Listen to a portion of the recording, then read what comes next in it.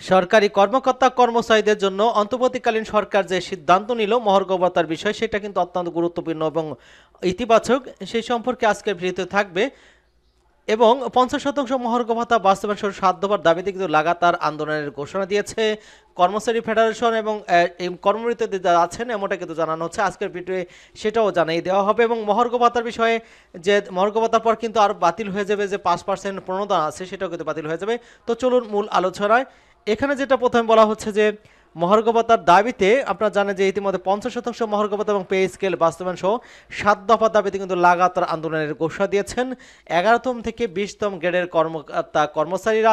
এর মধ্যে কিন্তু দাবি না মানা হলে কিন্তু 1 মার্চ থেকে সারা দেশে কর্মবিরতি পালন করার ঘোষণা দিয়েছেন তারা। শুক্রবার রাজধানী কেন্দ্রীয় শহীদ মিনারে সরকারি কর্মচারী দাবি আদায় ঐক্য পরিষদের ব্যানারে আয়োজিত সমাবেশে এই বক্তব্য এই কর্মসূচি ঘোষণা করেন। এবং তাদের কর্মসূচির মধ্যে রয়েছে যে আগামী 16 থেকে 22 ফেব্রুয়ারি সপ্তাহব্যাপী সারা দেশে সরকারি অফিসগুলোতে দাবি সংবলিত ব্যানার সাঁটানো, লিফলেট বিতরণ, বিভিন্ন রাজনৈতিক দল, সুশীল সমাজ, গণমাধ্যম, যোগাযোগ মাধ্যম দাবির সপক্ষে জনমত গঠন এবং আগামী 23 থেকে 28 ফেব্রুয়ারি সব অফিস প্রধান, উপজেলা নির্বাহী কর্মকর্তা, জেলা প্রশাসক, বিভাগীয় কমিশন এবং সচিবালয়ের কর্মসূচি এর বিষয়ে কিন্তু অবহিতকে স্মারকলিপি প্রদান।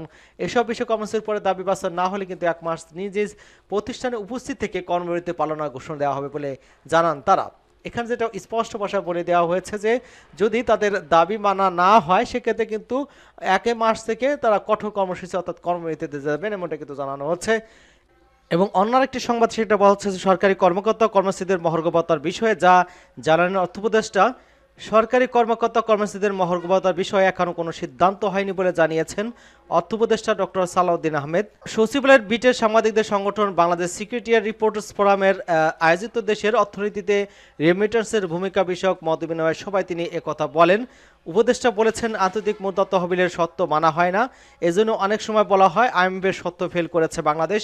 এখনও সরকারি কর্মকর্তা কর্মচারীদের মহার্ঘ ভাতার বিষয়ে সিদ্ধান্ত নেওয়া হয়নি।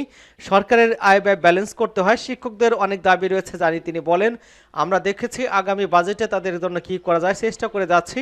সৌদি আরব সহ বিভিন্ন জায়গায় যারা অবৈধ কর্মী রয়েছে তাদের ব্যাপারে সরকার চিন্তাভাবনা করেছে জানি উপদেষ্টা বলেছেন। রেমিটেন্স সরাসরি না পেটে হুন্ডিতে পাঠানো হলে সরকারি রিজার্ভে টাকাটা যুক্ত হয় না, এটি হচ্ছে নেতিবাচক দিক। আমাদের দেশের যারা প্রবাসী কর্মী তারা অধিকাংশই কিন্তু অদক্ষ, কিন্তু ভারত, শ্রীলঙ্কা সহ বিভিন্ন দেশে প্রবাসী কর্মীরা দক্ষ, তারা লেখাপড়া করে যায়। এখান থেকে দক্ষ কর্মী পাঠানোর উপর জোর দিতে হবে। তিনি আরও বলেছেন, যারা বলেছেন যে কিছুই হচ্ছে না তাদের সঠিক নয়, কিছু তো হচ্ছেই। অর্থনৈতিক উন্নয়নের অনেক চ্যালেঞ্জ আছে, আমাদের হয়তো ব্যর্থতা আছে, আমাদের ভুল ত্রুটি থাকবে, আমরা বড় বড় ক্ষেত্রে হয়তো সংস্কার করতে পারবো না, কিন্তু এরপরও যারা রাজনৈতিক সরকার আসবে তাদের সক্রিয় হতে হবে এবং বাংলাদেশকে একটি কল্যাণভিত্তিক রাষ্ট্র করতে হবে উল্লেখ করে উপদেষ্টা বলেছেন সেটি রাজনৈতিক সরকারকে করতে হবে। এবং অন্যটি যেখানে বলা হচ্ছে যে মহার্ঘ ভাতা যদি কার্যকর হয় সেক্ষেত্রে তো 5% প্রণোদনা থাকবে না, সরকারি কর্মচারীদের মহার্ঘ ভাতা দেওয়া হবে গ্রেড অনুযায়ী। যারা পেছনের গ্রেডের চাকরি করেন তারা কিন্তু বেশি হারে ভাতা পাবেন, অর্থাৎ কর্মচারীদের মহার্ঘ ভাতা বেশি হবে আর কর্মকর্তারা কম হারে ভাতা পাবেন। এই সংক্রান্ত একটি প্রস্তাবের খসড়া চূড়ান্ত করেছে অর্থ মন্ত্রণালয়, যা অনুমোদনের জন্য প্রধান উপদেষ্টার কাছে পাঠানো হবে। 1 থেকে 3য় গ্রেডে মহার্ঘ ভাতা হবে মূল বেতনের 10%, 4 থেকে 10তম গ্রেডের যারা আছেন তারা পাবেন 20 থেকে 20 এবং 11 থেকে 20তম গ্রেডে 25% হারে কিন্তু মহার্ঘ ভাতা পাবেন। এতে সর্বনিম্ন 4,000 থেকে সর্বোচ্চ 7,800 টাকা পর্যন্ত বেতন বাড়বে।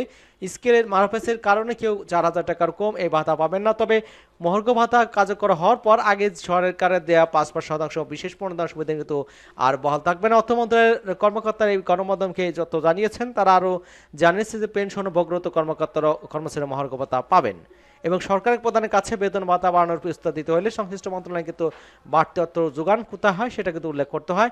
আশা করি বুঝতে পারছেন। সকলকে ধন্যবাদ জানাচ্ছি এবং আমাদের চ্যানেলে যারা নতুন আছেন চ্যানেলটি সাবস্ক্রাইব করে আমাদের সাথেই থাকুন।